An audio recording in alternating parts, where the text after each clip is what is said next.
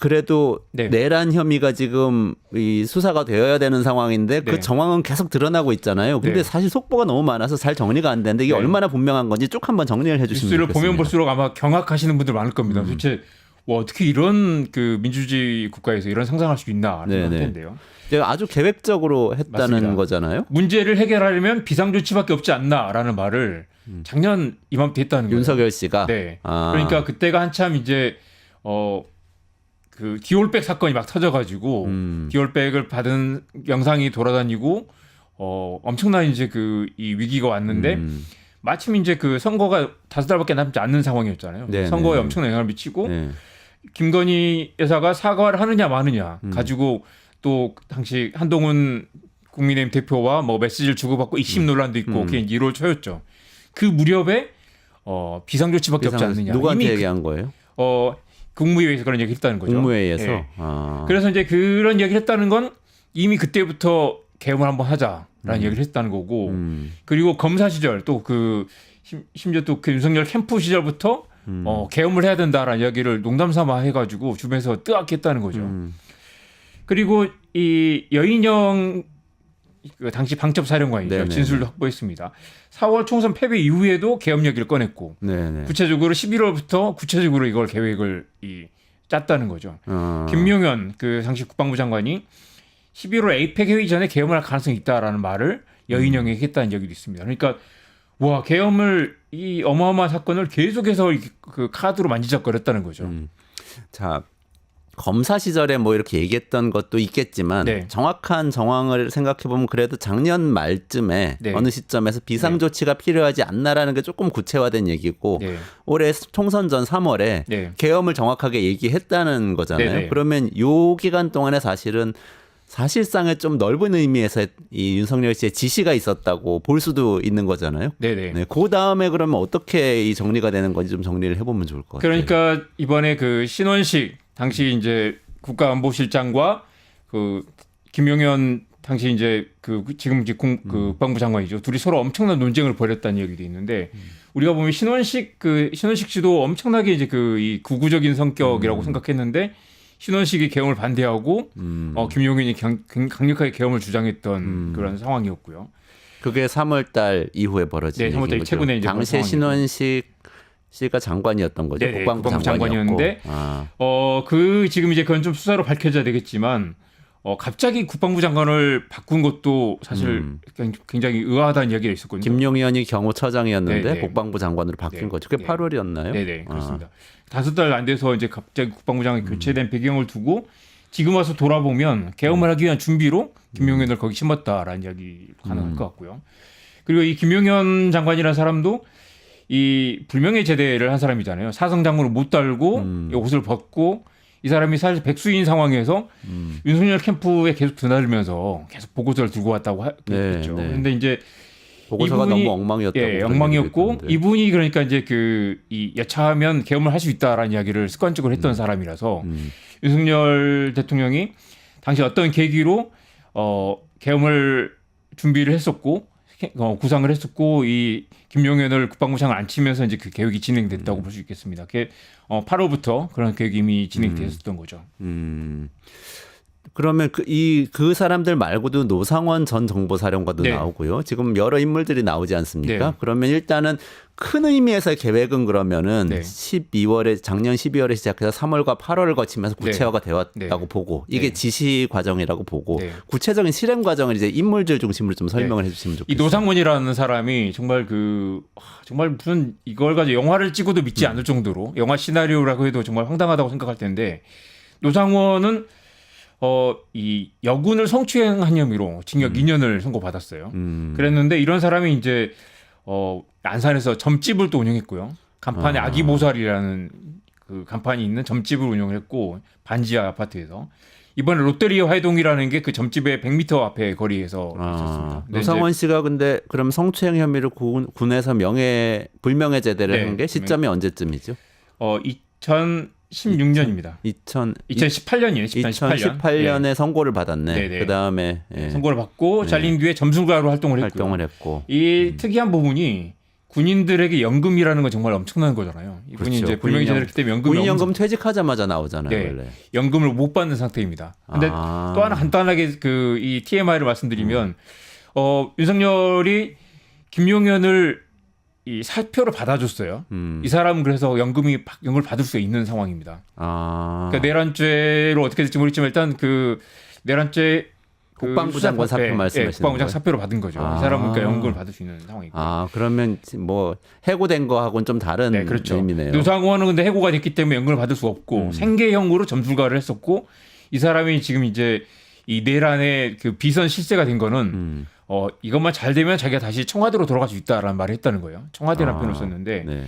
그러니까 이 어떻게든 이게 다시 권력을 잡기 위해서, 그러니까 이번에 이제 김용현이 여인영에게 노상원을 만나봐라라고 이야기를 했다는 거죠. 그래서 안산까지 가서 롯데리아 앞에 가서 만났는데, 재미있는 건 이 선이 끈 떨어진 사람, 게다가 비리 혐의로 퇴출된 사람을 다시 만나보라고 했고, 그러니까 이 김용현도 뭔가 이렇게 비밀을 지키기 위해서 자기하고 좀 가까운 그리고 말이 통하는 그리고 뭔가 음모론적인 사람을 이 은밀하게 만났고 이 사람에게 힘을 실어줬던 거죠. 이 정보사령관이잖아요. 전 정보사령관인데 네네네. 정보사령관대가 이제 사실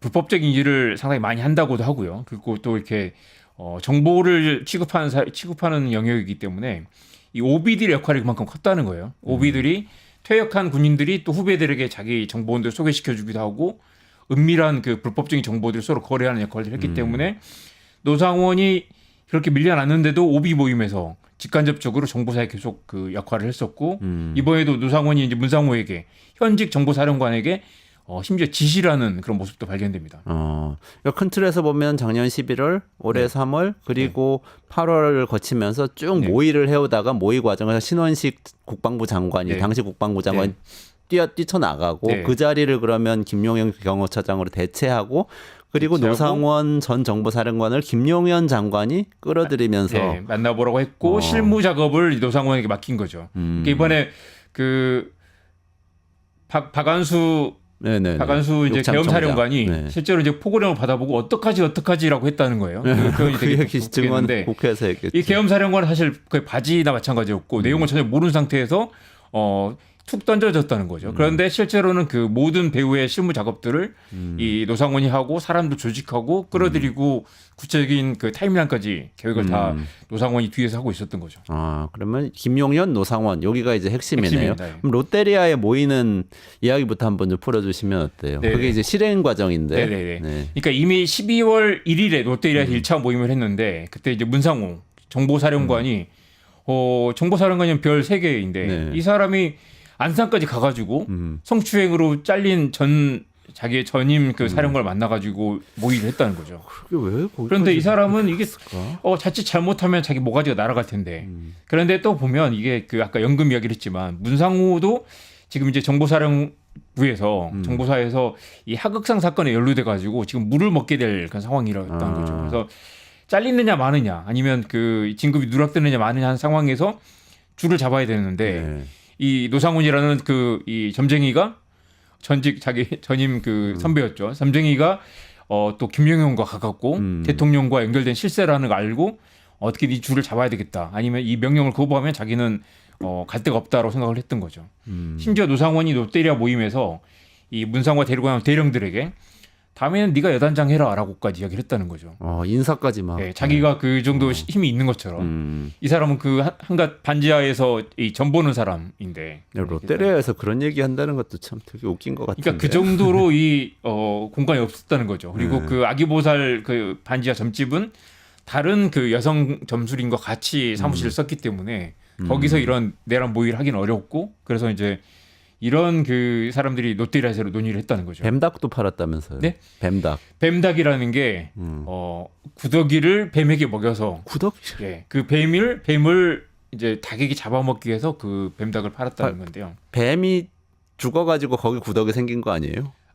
뱀이 죽어서 구더기 생기면 그 구더기를 닭한테 먹였다고 그런 거죠. 닭이 뱀을 직접 꽤 잡아먹지 비싸게 않아서. 팔렸고 또 뭐 나름 효험이 있다는 소문이 돌았다고 합니다. 근데 뱀닭 팔고 전 보던 사람들이 지금 네. 현직 장성하고 네. 이런 이 정말 중요한 부대잖아요. 네. 비밀 부대의 네. 간부들 모아놓고 뭐 작업 지시를 했다는 거잖아요. 이게 아마 이제 그 수사를 해보면 드러날 텐데 이게 공식적인 경로로는 이런 이 모의를 하기 어렵고 어떤 이렇게 소문이 해 나갈 거기 때문에 자기 아는 사람 중심으로. 근데 아는 사람이 하필이면 끈떨어진 사상을 못단 이 김용현 장군 전직 장군과 태역 장군과 그리고 성추행 혐의로 밀려난 사람 그리고 또 밀려날 수 있는 정보사령관 그런 사람들을 모아가지고 이런 그 모의를 했고 제대로 준비가 안 된 상태에서 그 서둘러 밀어붙이다가 이제 결국 실패한 거죠. 이걸 보면은 김용현 장관이 국방부 장관 되는 순간 군이 사실상 무너졌다고 봐야 되네요. 네. 신원식이 뛰쳐나간 순간에. 그리고 이번에도 많이 얘기가 나왔지만 그 부당한 명령을 과연 그 거부한 군이 있었는가? 실제로는 이제 현장에서 이렇게 그 상대적으로 국회의원들 체포하라는 명령을 듣지 않은 것도 있지만 네. 실제 헬기 타고 출동한 것도 사실이고요. 곽정군이라든가 지금 그 여인영이라든가 그 사람들은 다 내란적 공범이라는 걸 피할 수가 없는 상황. 아무리 소극적으로 저항했다고 하지만 결국 군인들이 명령을 거부하지 않고 다 따랐고 내란죄 공범이 된 상황인데 이번 사건을 계기로 이렇게 군인들이 부당한 명령에 어떻게 대항해야 되는가라는 것들에 네. 대한 그 논의가 나올 거고요. 우리가 그런 이야기도 했죠. 전두환이 실제로 그 복역 기간이 2년밖에 안 됐습니다. 안 됐고 만약 전두환이 평생 감옥에 살다 죽었다면 과연 이런 대통령이 내란을 꿈꾸는 이런 일이 가능했겠는가? 전두환이 천수를 누이다가 행복하게 죽었기 때문에 결국 윤석열 아무 생각 없이 대통령이니까 이런 거 할 수 있는 거 아니야라고 생각했던 거죠. 좋습니다. 일단 다시 돌아가서 네. 시간 순으로 쭉 한번 빠르게 정리를 네. 해주시면 좋겠습니다. 네. 일단 네. 노상원 수첩이 나왔다는 기사가 나왔어요. 그래서 사살이라든지 NLL 뭐 이런 네. 단어들이 나왔다고 해서 지금 굉장히 화제가 되고 그 있는데 아기보살 충격이죠. 아기보살 사무실에서 나온 수첩에 NLL에서 북한의 공격을 유도한다라는 메모가 있었고요. 수거 대상 명단, 수거라는 게 체포라는 의미죠.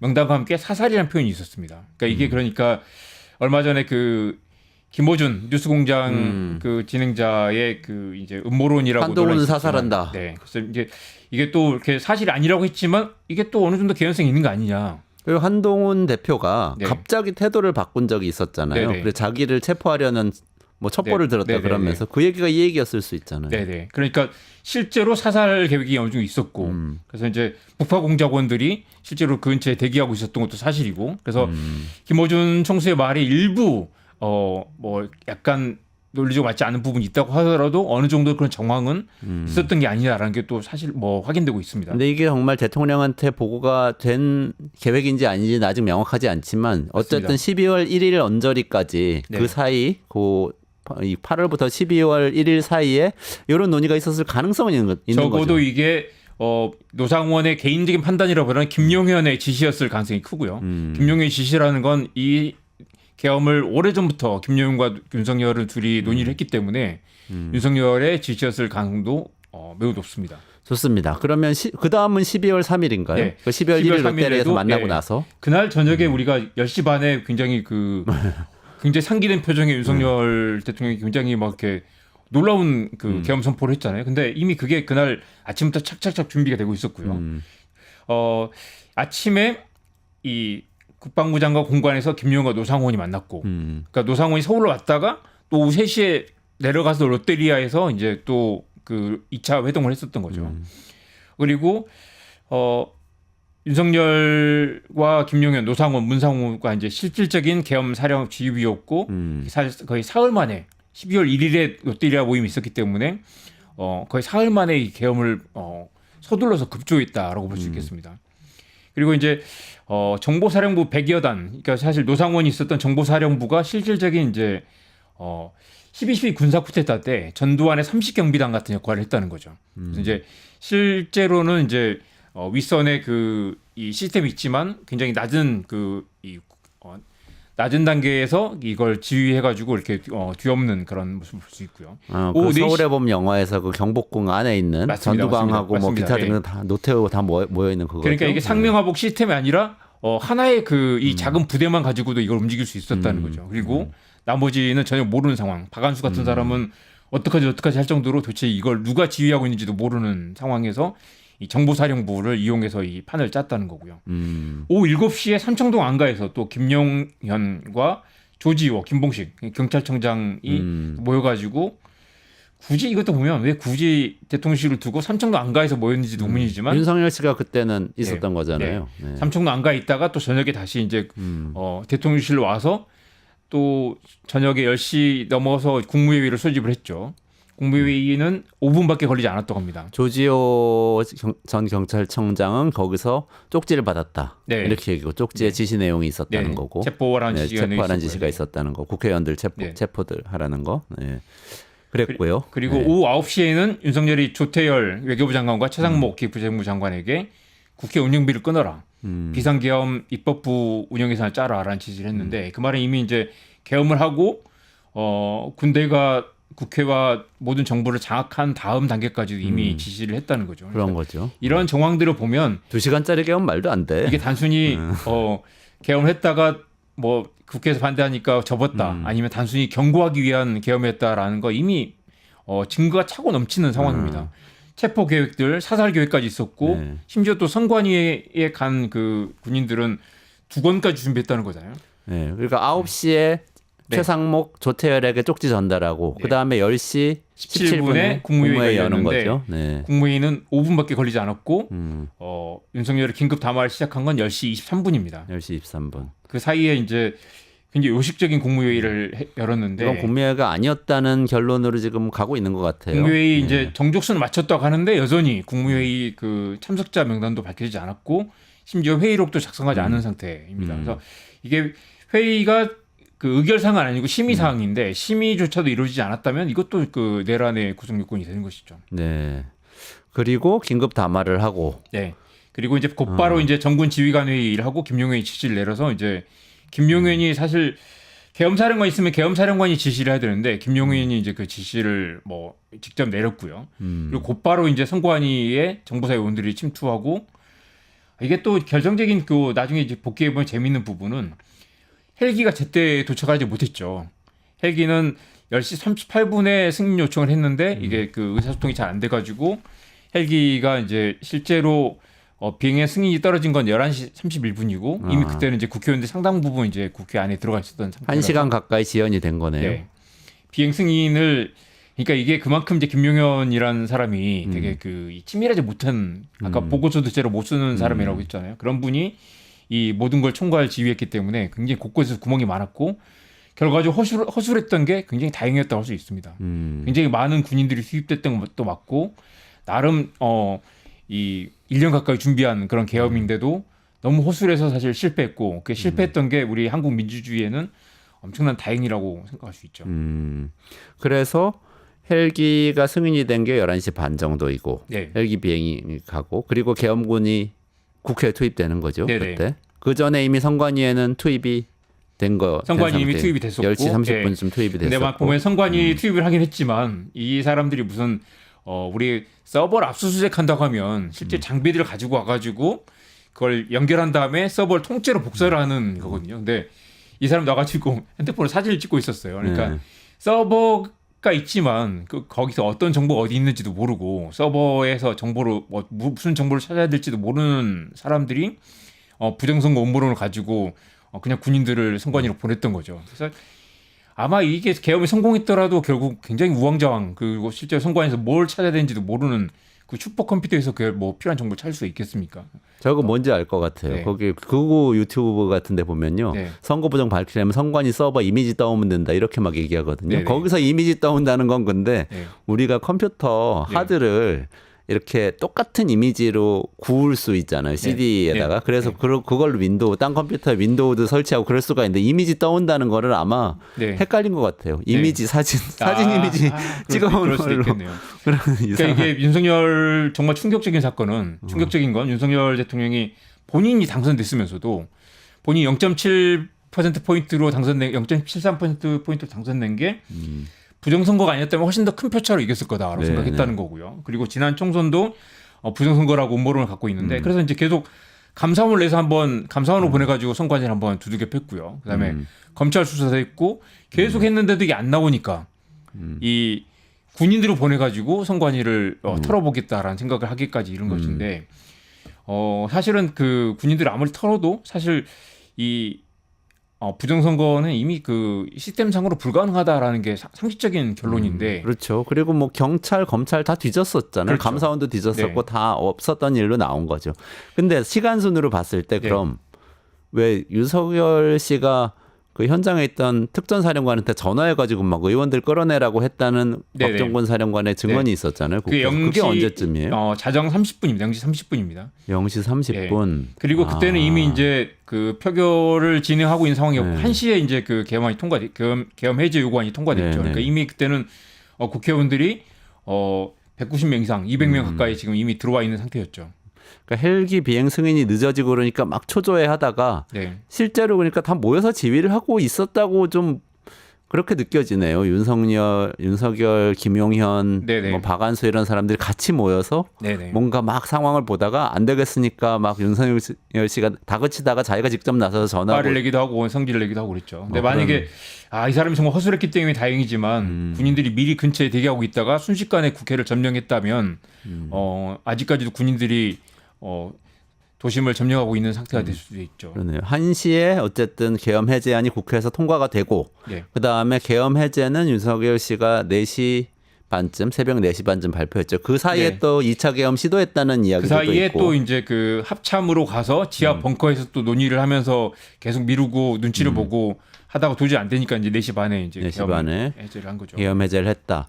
그거 이외에 근데 또 기갑여단 투입해가지고 사실은 이 국회만 이렇게 장악하는 게 아니라 더 밀고 들어오려고 했다는 얘기도 있어요. 기갑여단이 사실 이제 12.12 사태 때 탱크 몰고 들어온 그 부대인데 사실 이게 보면 그 역사를 두고 같은 일이 반복되는 것 그리고 우리가 이 시스템의 문제를 해결하지 않았기 때문인데 기갑여단이 파주에 있습니다. 그러니까 서울까지 30km 거리밖에 안 되고 만약에 당시 오케이를 했으면 정말 탱크가 서울까지 밀고 들어오는 사태가 있을 수 있었던 거죠. 그리고 이 9.3회 기갑여단장이 그날 오후에 롯데리아에서 미팅을 하고 다시 서울로 올라온 그 사람입니다. 그러니까 이미 노상원 계획에는 기갑여단을 투입하는 방까지 포함이 돼 있었던 그러니까 거죠. 안산에서 만나고 다시 기갑여단장은 현장 서울로 올라왔고 그러니까 정보사령관 사무실, 그러니까 정보사령관 사무실. 판교에 와서 이제 대기하고 있었던 거죠. 판교에 와서 대기하고 거기서 있었다. 지시만 있으면 바로 있을 텐데 이게 수사로 밝혀져야 되는 부분이지만 왜 더 한꺼번에 움직이지 않고 이 시간 딜레이가 있었는가? 헬기는 승인이 늦어서 그렇다고 하지만 군인들 움직임도 굉장히 좀 더딘 그런 모습을 볼 수 있거든요. 이거 위에 또 눈길 끌었던 게 사실은 수사단 얘기였어요. 네. 그 한겨레 어제 보도했던데 네. 제2수사단인가요? 정보사를 그러니까 아까 만들려고 말씀드린 했다는 거. 판교에 모여가지고 정보사령부에 모여가지고 제2수사단이라는 게 실제로 있는 개념은 아닙니다. 그러니까 이제 이 김용현이 만약에 계엄이 성공하면 자기 직속으로 이걸 이제 수사하는 팀을 따로 두려고 했었다. 국방장관 직속에 수사팀을 꾸리려고 수사팀을 한 거예요. 꾸려서 그 수사팀에서 군인들로 구성된 수사팀에서 선관위를 털려보고 했던 거죠. 다 잡아들이려고 네. 했던 거죠. 그러니까 뭐 두건을 씌워가지고 잡아가지고 가서 뭐 지하 벙커에 가둔다. 그리고 이제 거기서 이제 뭐 고문을 하든지 뭘 하든지 윽박질러가지고 부정선거라는 걸 입증하려고 했다는 거죠. 그런데 이 수사단이라는 것도 사실은 굉장히 이 실체가 없는 데다가 당시 이제 김봉규 대령, 정성욱 대령 이 사람들에게 다음에는 네가 여단장 하라고 말했다는 거죠. 이 사람들이 이제 롯데리아 멤버였고요. 여기서 이 계획을 짜서 제2수사단을 가지고 이제 선관위 부정선거를 입증하려고 했던 것 같습니다. 그게 옛날에 전두환의 합수부 같은 그런 일을 하려고 그랬던 거 아닐까요? 네네. 그걸 모델로 삼았던 것 같은데 그럼 여기까지 쭉 한번 정리를 해보면 네. 일단 작년 말에 이 대통령은 윤석열 씨는 계획이 있었던 것 같고 네. 올해 3월에 구체적으로 계엄령이라는 이야기를 했고 네. 그리고 그 사이에 여러 가지 계획을 둘러싼 이야기들이 이 일을 실행을 주도하고 있는 김용현 씨와 노상호 씨 사이에 왔다 갔다 했을 거고 네. 그리고 12월 1일에 확실하게 여기 참여할 사람들을 모아서 작전 지시를 사실상 하고 작전 지시는 아마 그러니까 김용현 이미 그 여러 단계로 계획을 짜고 마지막에 노상원하고 해서 이제 실무적인 것만 이야기한 다음에 3일 만에 계획을 짜고 밀어붙였던 거죠. 밀어붙였다. 그리고 12월 1일에는 이렇게 아까 말씀하신 타임라인대로 쭉 선관위와 국회를 장악하는데 나중에 기갑여단까지 몰고 서울로 진입해서 완전히 장악하려고 했다. 돌아서 그리고 보면 예, 수사단을 꾸려서 주요 요인들을 바로 수사를 시작하면서 이제 전국을 장악하려고 했다. 부정선거를 입증해서 판을 뒤집어 엎으려는 그렇죠. 생각이었을 거고요. 선거를 무효화할 수도 있었을 지나서 거고요. 돌아보면 올해 1월에 그 김건희 여사 사과를 하지 않고 버티는 건 박절하게 대하지 못해서 했다고 하고 총선에 패배했는데도 계속해서 그 국정 운영 기조 바꾸지 않았던 것은 이미 작년 이맘때부터 여차하면 계엄으로 뒤엎겠다라는 계획이 서 있었기 때문에 굳이 사과를 하거나 국정 기조를 바꾸거나 총선 패배의 책임을 자기의 실패라고 받아들이지 않았던 것도 이건 다 부정선거 때문이었고 계엄에서 뒤집어 엎으면 된다라고 생각했던 그 마음속에 그게 있었던 거겠죠. 아, 그럼 윤석열 계엄 계획 1년을 지금 정리를 해주신 거네요. 네. 지금 좋습니다. 유튜브 구독하고 실시간 채팅과 댓글을 남기시면 매일매일 7천 TTCO를 드립니다. 참여 방법은 통통물 어플을 다운로드하고 회원가입과 로그인을 해주세요. 마이페이지에서 나의 회원 고유 번호를 복사해주세요. 유튜브 구독 후 실시간 채팅이나 댓글창에 고유 번호를 한 번만 입력하면 준비 끝! 지금 유튜브 채팅과 댓글 쓰기 참여하고 실천 TTCO 받아가세요.